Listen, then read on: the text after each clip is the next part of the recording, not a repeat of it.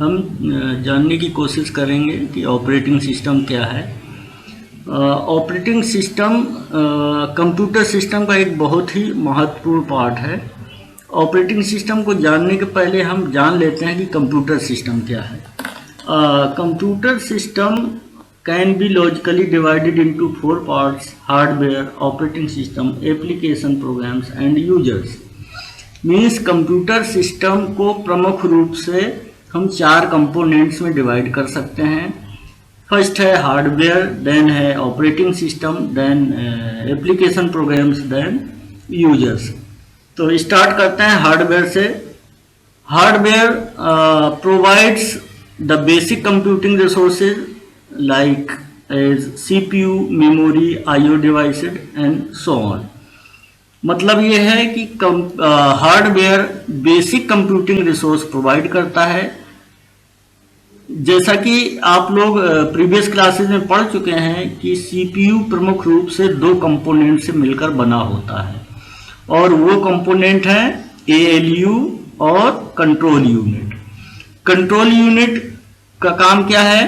Control unit memory unit में stored instruction को 1 by 1 fetch करता है।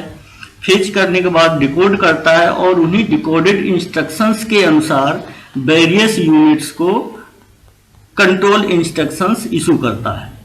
जैसे कि अगर हमें कोई भी 2 वेरिएबल्स को ऐड करने का या कंट्रोल यूनिट को एक इंस्ट्रक्शन मिलता है मेमोरी से 2 वेरिएबल्स को ऐड करने का, या इंस्ट्रक्शंस लिखा हुआ ऐड A + B, तो control unit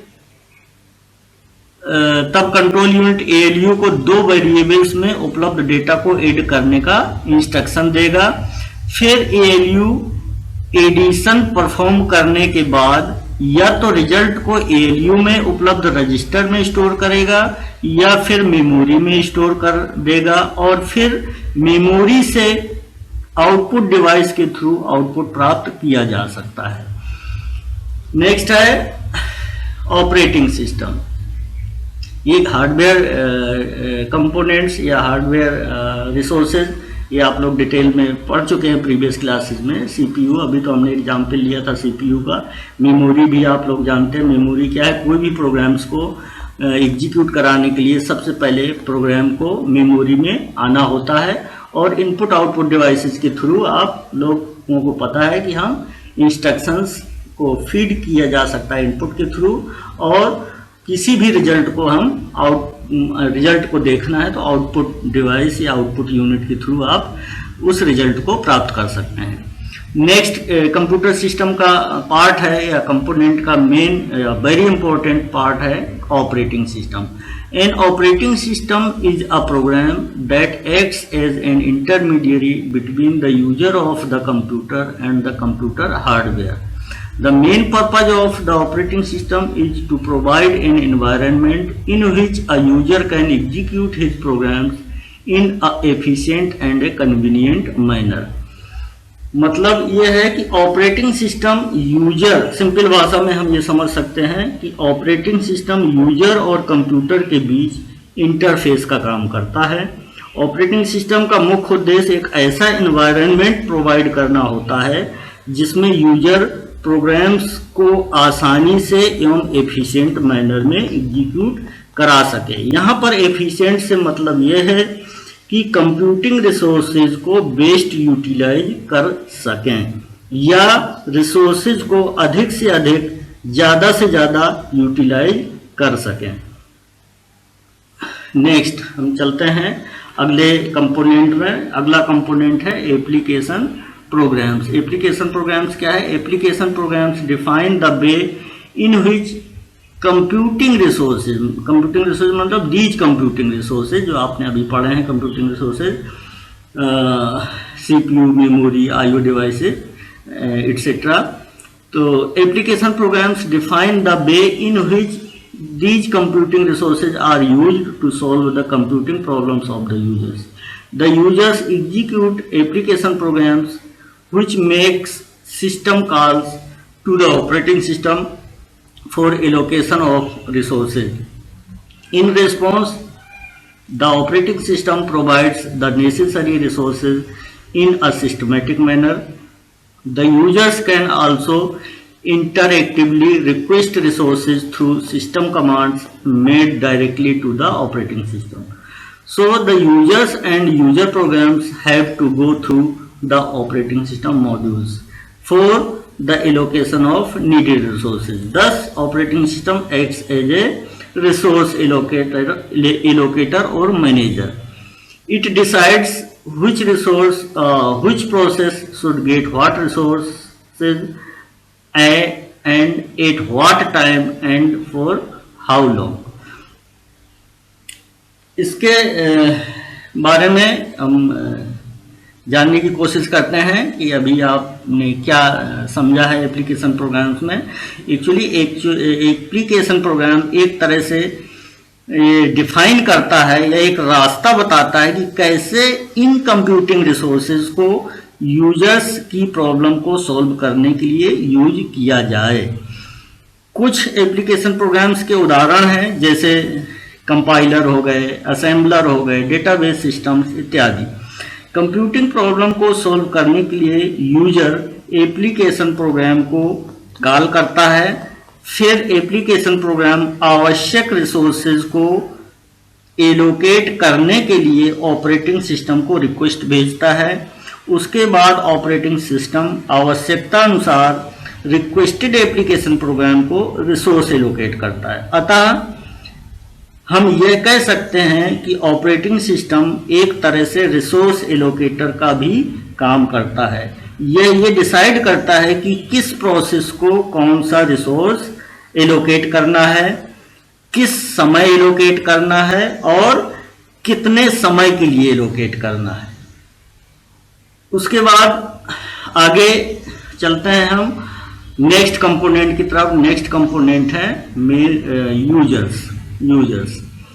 There may be many different users such as people, machines, other computers trying to solve different problems. Accordingly, there may be many different application programs. So, operating system controls and coordinates the use of hardware among the various application programs for the various users. Users कई तरह के हो सकते हैं। मतलब ये है कि एक कंप्यूटर के लिए पीपल भी यूजर का काम कर सकता है, कोई दूसरी मशीन भी यूजर का काम कर सकता है, या दूसरा कंप्यूटर भी उस कंप्यूटर के लिए यूजर का काम कर सकता है मतलब यूजर का काम कर सकता है। जब कई यूजर्स जब कई पीपल भी हैं, मशीन भी है, कंप्यूटर्स भी है, इसका मतलब क्या है कि कई सारे यूजर्स एक कंप्यूटर के लिए काम कर सकते हैं। जब कई यूजर्स हैं तो जाहिर है कि उनको अलग अलग तरह के एप्लीकेशन प्रोग्राम्स की भी आवश्यकता पड़ सकती है।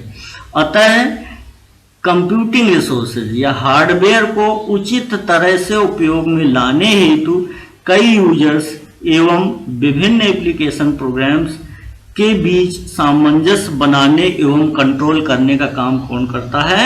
ऑपरेटिंग सिस्टम करता है। सामंजस्य और कंट्रोल करने का काम ऑपरेटिंग सिस्टम करता है।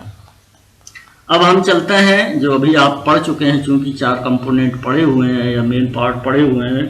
कौन कौन से पार्ट पढ़े हुए हैं? सबसे पहले शुरुआत की थी हार्डवेयर से, फिर ऑपरेटिंग सिस्टम, फिर एप्लीकेशन प्रोग्राम्स, फिर लास्ट में यूजर्स। इन कंपोनेंट्स के बारे में चूंकि आप लोग जान चुके हैं तो हम एक तरह से एब्स्ट्रैक्ट व्यू में कन्वर्ट किया जा सकता है इन कंपोनेंट्स को। देखें, आप देखेंगे इसमें से ये दिया गया है आपको, an abstract view of the components of a computer system. इसमें से देखें, सबसे लोअर लेवल पर कंप्यूटर हार्डवेयर, फिर ऑपरेटिंग सिस्टम, फिर एप्लीकेशन प्रोग्राम्स, फिर लास्ट में यूजर्स। देखेंगे तो एक सबसे मेन डेफिनेशन जो आपने पढ़ी है या अभी तक आप लोग जानते रहेंगे कि ऑपरेटिंग सिस्टम क्या करता है, यूजर और कंप्यूटर को जो यूज कर रहा है उस कंप्यूटर के बीच में इंटरफेस का काम करता है। कौन सा? Operating system. तो इसमें से देखें, मान लेते हैं, एक एग्जाम्पल लेते हैं जो आप लोग पढ़ चुके हैं प्रीवियस क्लासेज में, कि सी में प्रोग्राम्स आप लोग बनाते रहे हैं, तो उसका एग्जाम्पल लेते हैं कि सी में लिखे हुए प्रोग्राम्स या सी में लिखे हुए सोर्स प्रोग्राम को हम कंसीडर करते हैं। उसको एग्जीक्यूट कराना है तो उसके पीछे क्या क्या वर्क होता है, इसको चूंकि आप लोग तो चूँकि कंप्यूटर की स्पीड इतनी ज़्यादा होती है कि आपको तुरंत उसका रिस्पॉन्स मिल जाता है, लेकिन इसके पीछे क्या क्या वर्क होता है इसको में देखें। जैसे ही आप सोर्स प्रोग्राम को एग्जीक्यूट कराने के लिए ऑपरेटिंग सिस्टम को कमांड देते हैं, वैसे ही आप यहाँ बैठे हुए हैं, ऑपरेटिंग सिस्टम यहाँ पर है, जब भी आप कोई कमांड इशू करेंगे तो क्या करेगा, ऑपरेटिंग सिस्टम को कमांड देते हैं, वैसे ही सबसे पहले ऑपरेटिंग सिस्टम क्या करेगा, कंपाइलर को मेमोरी में लोड करेगा, कंपाइलर को मेमोरी में लोड करेगा। और जब कंपाइलर का एग्जीक्यूशन कंप्लीट हो जाता है तब ऑपरेटिंग सिस्टम लिंकर को इनिशिएट करेगा। देन लिंकर कंपाइलर के आउटपुट को उपलब्ध फाइल में पड़े डेटा से लिंक कर एग्जीक्यूटेबल फाइल में कन्वर्ट कर देता है, एग्जीक्यूटेबल फाइल में कन्वर्ट कर देता है। फाइनली यही एग्जीक्यूटेबल फाइल एग्जीक्यूट होती है और आप रिक्वायर्ड आउटपुट प्राप्त कर सकते हैं। अतः आप ये समझ सकते हैं कि ऑपरेटिंग सिस्टम कंप्यूटर के द्वारा कोई भी प्रॉब्लम्स को सॉल्व करने के लिए ऑपरेटिंग सिस्टम एक बहुत ही महत्वपूर्ण रोल अदा करता है। या हम ये कह सकते हैं कि ऑपरेटिंग सिस्टम कंप्यूटर सिस्टम का एक बहुत ही महत्वपूर्ण पार्ट है, जो कि किसी भी प्रोग्राम को आसानी से एग्जीक्यूट कराया जा सकता है। अतः ये आप लोग मेन क्या है, व्हाट इज ऑपरेटिंग सिस्टम, जो शुरुआत कर रहे थे, तो ऑपरेटिंग सिस्टम के बारे में आप लोग जान चुके हैं कि ये भी एक कंप्यूटर सिस्टम का पार्ट है और कंप्यूटर सिस्टम के मेजर पार्ट आप लोग पढ़ चुके। अब नेक्स्ट टर्न से कंप्यूटर ऑपरेटिंग सिस्टम के बारे में और जानने की कोशिश करेंगे। तब तक के लिए धन्यवाद।